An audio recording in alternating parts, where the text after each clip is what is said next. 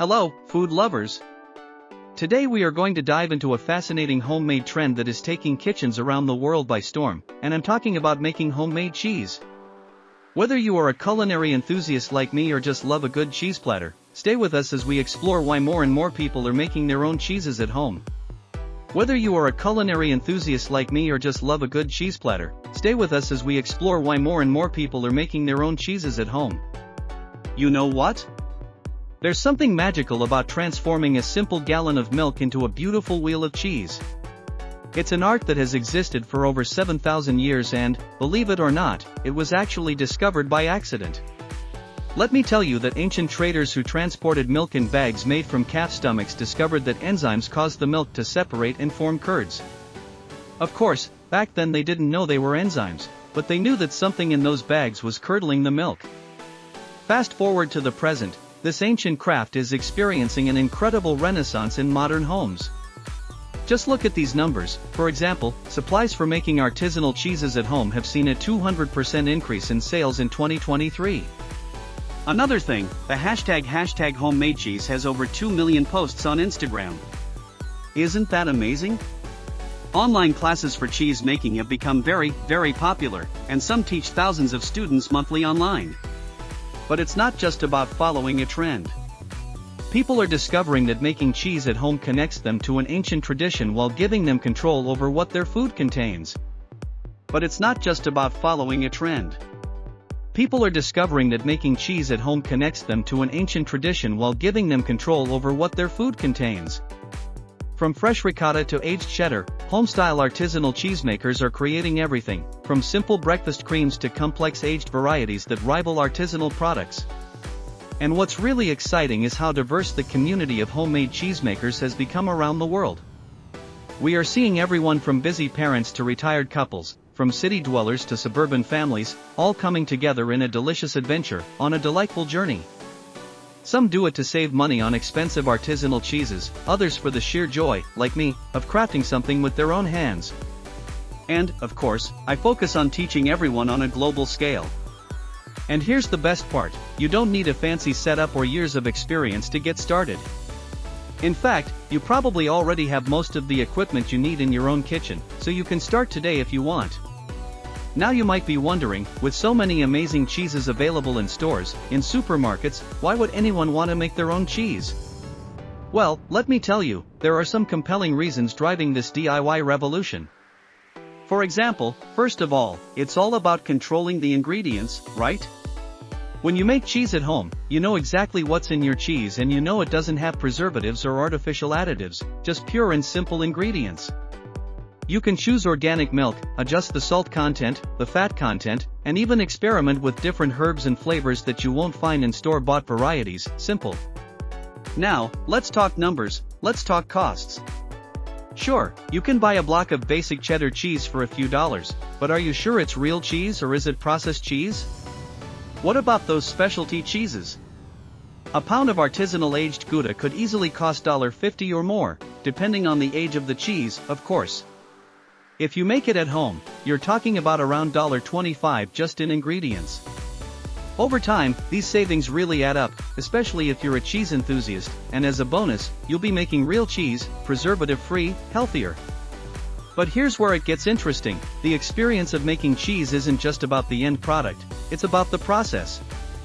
For example, my friends who are parents tell me that making cheese has become their favorite weekend activity with their young children. It teaches kids patience, science, and culinary skills. Plus, there's something incredibly satisfying about serving a cheese that you made yourself in your own home. And let's not forget about customization. Want a stronger flavor? Let it age over time. Prefer it milder? You have the control. Love garlic? Add garlic and put in as much as you want. The possibilities are endless, and that's what makes cheese so special. There's also the freshness factor. Imagine pulling fresh, warm mozzarella, still soft, and stretching it with your hands, or spreading freshly made ricotta on a sourdough bread just out of the oven. These are experiences that simply cannot be obtained with store-bought cheese. And finally, there's the culinary aspect. People who make cheese at home are some of the most passionate culinary artisans you will meet. They share tips, troubleshoot together, and celebrate successes together. It's like joining a delicious cheese society. Now let's talk about the manufacturing process, and before we start making cheese, let's discuss the tools you will need. Don't worry, you won't have to renovate your kitchen or spend a fortune on materials or equipment, because most of the items for making cheese you will probably find in your kitchen. First and foremost is a good stainless steel pot with a thick bottom. You will need one that has a capacity of about 5 liters, and the bottom should be thick to ensure even heat distribution and prevent the milk from scorching. Stainless steel, moreover, is non-reactive and is perfect because it won't affect the flavor of the cheese. On the other hand, if you use aluminum, you might have flavor issues. The first thing you need to do is find a reliable thermometer. Temperature control is absolutely crucial in artisanal cheesemaking. I recommend a digital thermometer with a long probe, because it is more accurate than traditional candy thermometers. It works with temperatures between 55 and 185 degrees Fahrenheit. That temperature range for a thermometer is more than sufficient. Now let us talk about cheesecloth, which is also called cheese muslin. Not all cheesecloths are the same. You will need a fine variety, sometimes called muslin, also known as butter muslin. That's the word, or cheesecloth. Although cheesecloth works, I don't like it much, I prefer to use butter muslin. A professional tip, buy it in bulk online. You can buy it, I have it in my store because it is much more cost effective. Another important item is to have a strainer. Stainless steel is ideal for the strainer, but you can also use a plastic strainer, that works too. Make sure it is large enough to hold at least 4 liters, 6 liters of milk. In fact, I recommend having two, one for draining and the other for holding. As a beginner, start with a basic cylindrical mold with holes and drainage. These are perfect for fresh cheeses and basic aged varieties, and once you advance, you can invest in larger molds. Finally, you'll also need other tools such as a long knife for cutting the curd, a large slotted spoon for stirring and scooping, measuring cups and spoons. That's very important because you need to keep your process meticulously measured, pH strips to measure acidity, and if you don't have pH strips, get yourself an electronic pH meter, you can find it in my store Dr. Quesero. You also need a food-safe spray bottle for mold maintenance, that is very important. And for aging cheeses, eventually, you'll need a dedicated plastic container or perhaps a mini fridge, like those bar fridges, those will work too. You'll need cheese mats for air circulation, humidity control systems, you can also find those in my store or on Amazon. And this is the best part, you'll need a basic kit for beginners with everything needed to make artisanal cheeses, and that's roughly in the range of $50 to $100.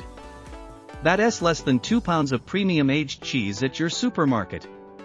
And a tip, you don't need to buy everything at once, start with the basics, start with what's necessary to make, for example, fresh cheese, buy the pot, thermometer, and cheesecloth, and then, as you gain more experience, add more equipment as your journey progresses. Now let us move on to this step, which is extremely interesting. We will delve into the chemistry of turning that liquid milk into delicious cheese. So don't worry, because this is going to be really fun and easy to understand. The main protein for making cheese is called casein. Think of these caseins as little dancers floating in the milk waiting for the right signal to join together and form groups. And this is where the magic happens. We can make these proteins join together through two main methods, the first, by adding an enzyme called rennet, also known as rennet, or the second way, which is by increasing the acidity of the milk, and in this way, coagulation happens automatically. When we add rennet, which can traditionally be of animal origin, but can also be plant-based, this rennet causes the casein proteins to stick together, forming a matrix that traps fat, water, and mineral salts. It is like a microscopic net that captures all the good stuff. Look at what happens when these proteins start to join. The milk separates into two parts, the curds, which are those solid white pieces with our future cheese, and the whey, which is that yellowish liquid that contains water, sugars, and some proteins. That's why precise temperature control is so important in artisanal cheesemaking. Another very important element is acidity. As the milk becomes more acidic, either naturally through dairy cultures or by adding acids like vinegar or citrus juices, for example lemon, the protein structure changes. Different pH levels give us different types of cheese. We are not done with aged cheeses yet. During aging, three important things happen. First, moisture continues to evaporate, meaning it is lost. Second, proteins break down even further. And third, fats develop into more complex and deeper flavors. That's why aged cheeses have such different textures and flavors compared to fresh cheeses. Science is literally transforming the structure of our cheese over time. The amazing thing is that by controlling these variables, temperature, acidity, humidity, and time, we can create hundreds of different cheese varieties from the same basic ingredients. Now let us make an easy cheese for beginners. Let us start with something simple, fresh ricotta. This is perfect for beginners because making ricotta only takes about 30 minutes. It also requires a minimal amount of ingredients. I would say it has a 95% chance of success, and its flavor is world-class. It also requires a minimal amount of ingredients. I would say it has a 95% chance of success, and its flavor is world-class. Now let us talk about the common mistakes to avoid. Even experienced cheesemakers like me sometimes encounter problems when making any type of cheese. I will go over some common mistakes so you don't make them. Mistake number 1, using the wrong milk. This mistake is very common, and let me show you what happens.